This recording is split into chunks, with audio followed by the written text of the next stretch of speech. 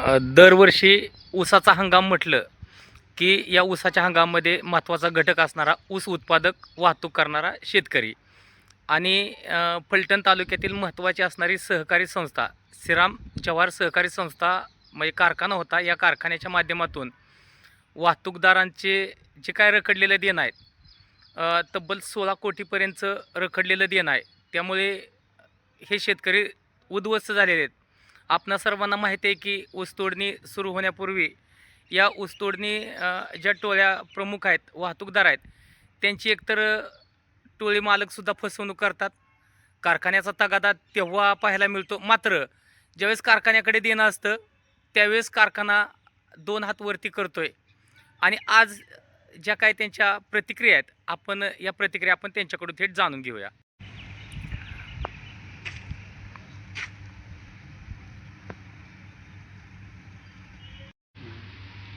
नमस्कार. वाहतूक संघटनेच्या वतीनं आज या ठिकाणी 3/6/2026 रोजी आज आम्ही कल्लापावाडे आणि जवाहर कारखाना आणि श्रीराम कारखाना या दोन्ही कारखान्यांना आम्ही 30 तारखेला एक निवेदन दिलेलं होतं. त्यांनी आम्हाला 3 तारखेपर्यंत अल्टिमेट दिला होता की आमची 2 तारखेला मीटिंग आहे आणि त्या मीटिंगनंतर आम्ही तुम्हाला काहीतरी कळवू. त्यानंतर आज 3 तारखेला पुन्हा आम्ही त्यांना उपोषण करण्याचा इशारा दिलेला आहे. तर माझी एकच विनंती आहे की गेले 4 महिने आम्ही श्रीराम जवाहर कारखान्याकडे बघून त्यांनी अत्यंत चांगल्या प्रकारे काम केलं होतं.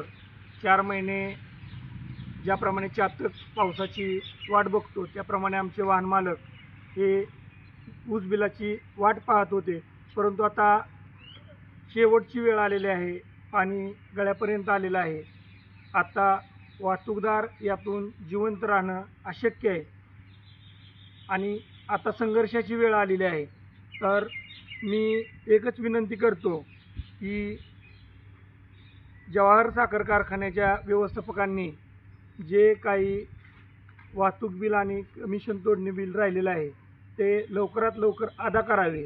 आणि मी तालुक्यातील जो कराराचा मुद्दा सध्या चालू आहे त्याही दृष्टीनं मी तालुक्यातील व्यक्तींना विनंती करतो की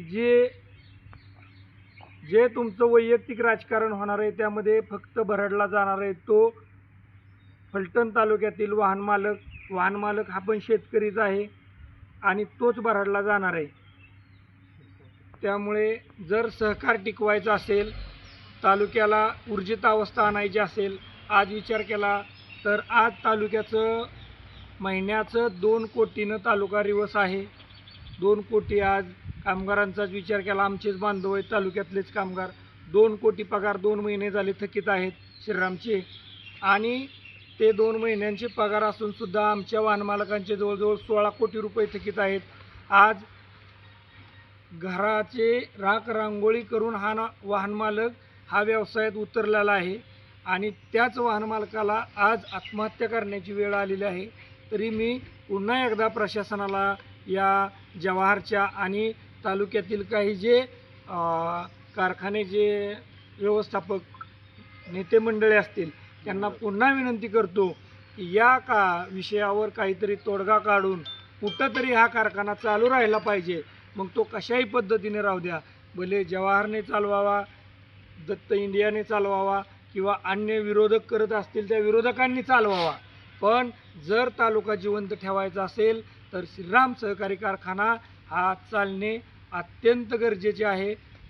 आणि आहे की पेमेंट ऊस तोडणी वाहतुकीचं पेमेंट न मिळाल्यामुळे पहिल्यांदा ॲडव्हान्स म्हणून लेबरला 10-10 लाख रुपये लोकांनी दिलेत. सोनं गहाण ठेवणे किंवा उसने घेणे किंवा व्याजाने घेणे, कारण कारखान्याचे आपले बिलं टायमिंगला मिळतील म्हणून. परंतु हे टायमिंगला बिल न मिळाल्यामुळे वाहन मालक इतका अडचणीत आहे सध्या की जर त्यांनी 4-5 दिवसात लेबरला पेमेंट जर नाही दिले राहिलेले तर लेबर येणार नाही आणि त्याला आत्मदहन करावं लागेल.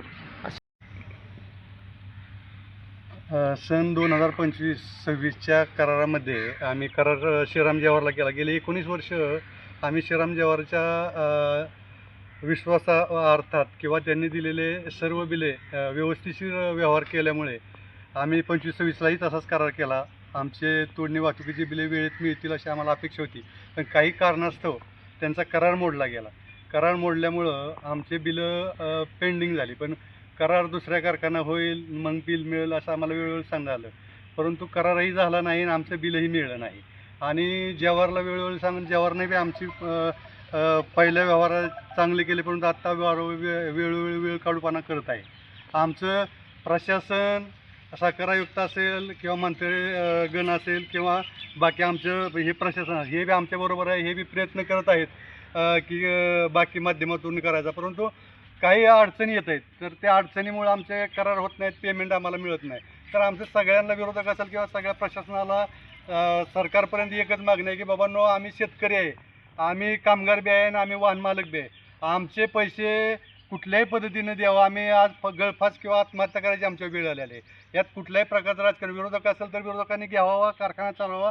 आता प्रशासन जे आता कुठेला येऊन करार करत आहे, पण त्याला तुम्ही अडचण देताय, त्या अडचणी देऊ नका. प्रशासनाने किंवा सरकारने याच्यावर थोडंसं लक्ष घालावं आणि जे कोण अडचण देत आहेत त्यांना आमचं आव्हान आहे सगळ्या वाहन मालकांकडे, बाबा अडचण देऊ नका, आमचे पैसे मिळू द्या.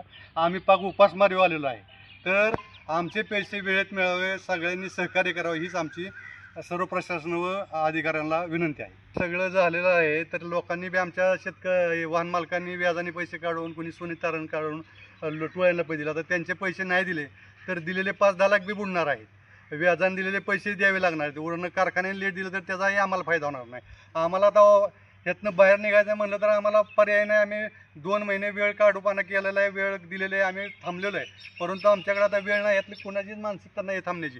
आम्हाला जर हे पैसे नाहीत मिळले तर आम्हाला शनिवारी उपोषण धरल्याशिवाय पर्याय नाही. आम्हाला जवाहरच्या दारात जाऊन आम्हाला आमचा मार्ग काढावा लागेल. कुणीही आम्हाला पैशाचं नाटक होत नाही, तर पैसेच आमचे बुडणार आहेत, तर आम्हाला दुसरा पर्याय नाही. आम्हाला जवाहरकडे जाऊन उपोषण करूनच ते पैसे घ्यावे लागणार आहेत.